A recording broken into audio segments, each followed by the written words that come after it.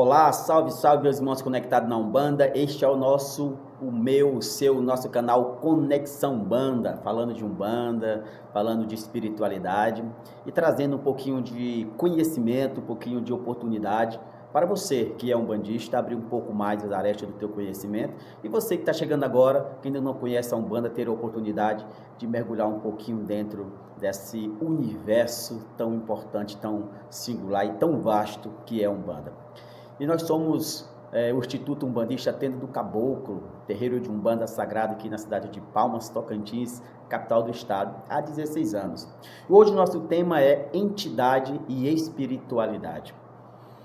Você já pode ter, claro, eu creio que sim, que você já pode ter observado e presenciado, ouvido de alguma maneira, de alguma forma, as seguintes questões. Orixá fulano não é de Umbanda. A entidade cicrana não trabalha dessa forma. Entidade cicrana não é de Umbanda. Entidade fulana não é de Candomblé. Já ouviu isso, né? Isso é fato, certeza. Você que é umbandista, que não é também, já deve ter ouvido isso. E como é que a gente encara esse campo, né? Existe apenas uma maneira de você encarar essa pergunta, esse questionamento que é pessoal. Conhecimento. Sem um conhecimento, a gente acaba se tornando uma pedra bruta dentro do campo da Umbanda e certamente a gente não se torna um bandista como deve ser, porque a gente acaba ficando preso, né? A gente acaba amordaçado e amarrado de todas as maneiras, se a gente não buscar desmistificar e quebrar esses paradigmas mesmo na questão da religiosidade e espiritualidade. Precisamos entender duas coisas: religiosidade e espiritualidade são coisas diferentes, e entidade é uma terceira coisa. Não existe essa questão de que o caboclo pena branca, o caboclo das sete encruzilhadas, o preto velho pai João, preto velho pai Joaquim, pai Tião, o Exu fulano de tal, o cigano ciclano, o baiano dos coco e tal, é entidade de Umbanda ou é entidade de Quimbanda ou isso e aquilo. A espiritualidade é uma coisa completamente diferente de religiosidade e muito diferente da nossa condição de enxergar e compreender a espiritualidade como um geral, como um todo. O exemplo.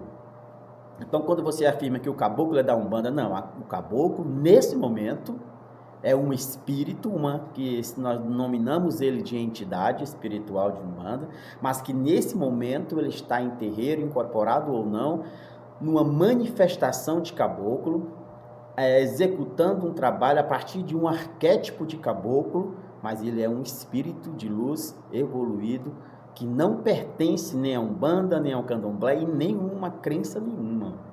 A entidade, ele pertence à espiritualidade. E a espiritualidade não se prende à religiosidade. O que ocorre é o caminho inverso. A entidade que pertence à espiritualidade, que é livre de qualquer religiosidade, se plasma, nós chamamos de arquétipo, se molda ao jeitinho de cada religiosidade, de cada crença, para aquele momento ele executar o trabalho que nós, enquanto médium ou quanto consulente, necessitamos daquele auxílio com aquela maneira e com aquele arquétipos. Que isso, Gil? Está dizendo que o caboclo não é de Umbanda? Não, estou dizendo que o caboclo que desce no terreiro de Umbanda, naquele momento que ele está em terra, ele é de Umbanda. Mas ele não pertence exclusivamente a Umbanda e não pertence exclusivamente a nenhuma religiosidade, porque ele está além de tudo isso. Toda vez que chega na Umbanda, a primeira coisa que a gente vai fazer é uma desmistificação a partir das linhas de trabalho, começando pelos orixás. Os orixás é um dos maiores questionamentos de médiuns não compreensíveis do campo da liturgia, do campo dos fundamentos, nem da teologia, e muito menos da cosmogonia da Umbanda. Então cria muito intriga, muita confusão sobre o que é orixá.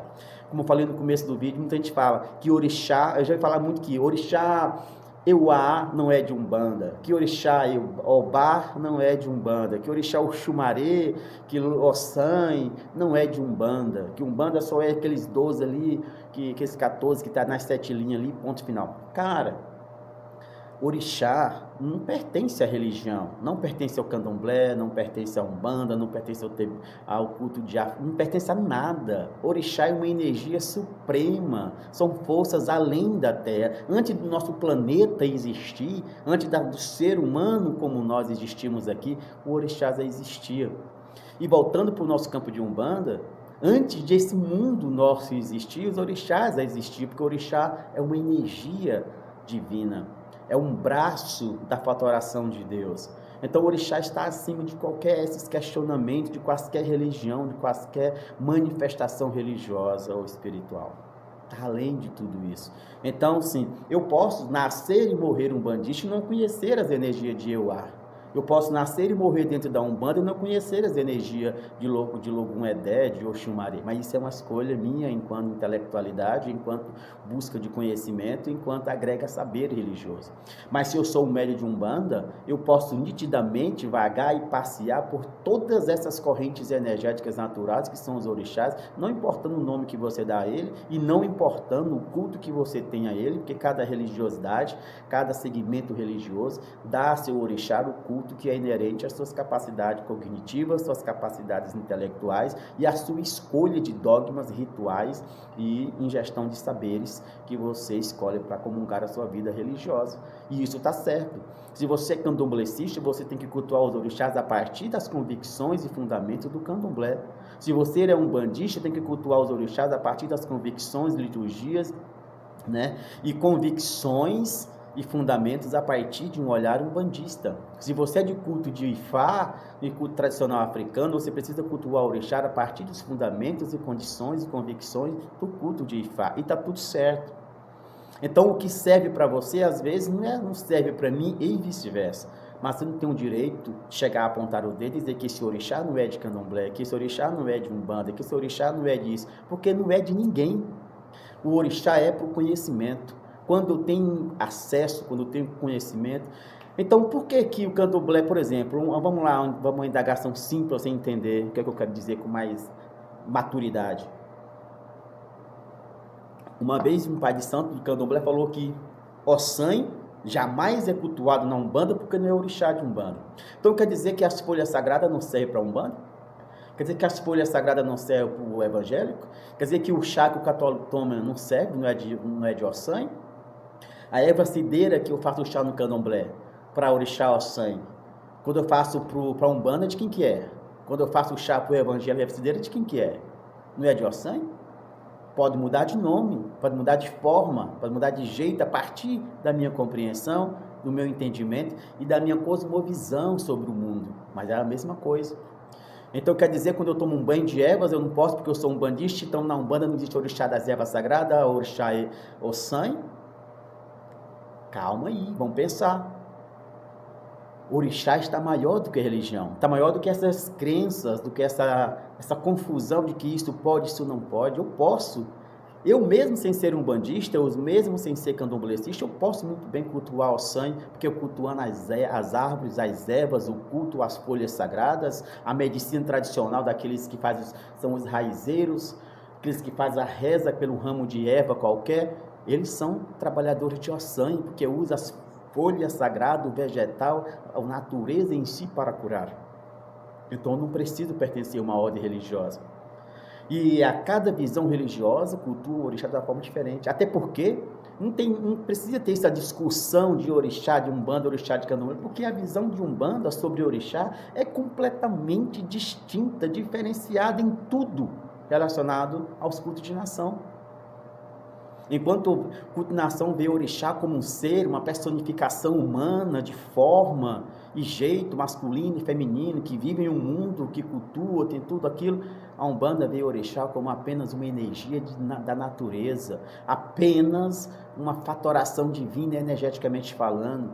O orixá para a Umbanda não é Deus, nunca foi casado, Xangô foi casado com outra orixá Oxum casou com outra orixá. Na Umbanda não existe essa cosmogonia.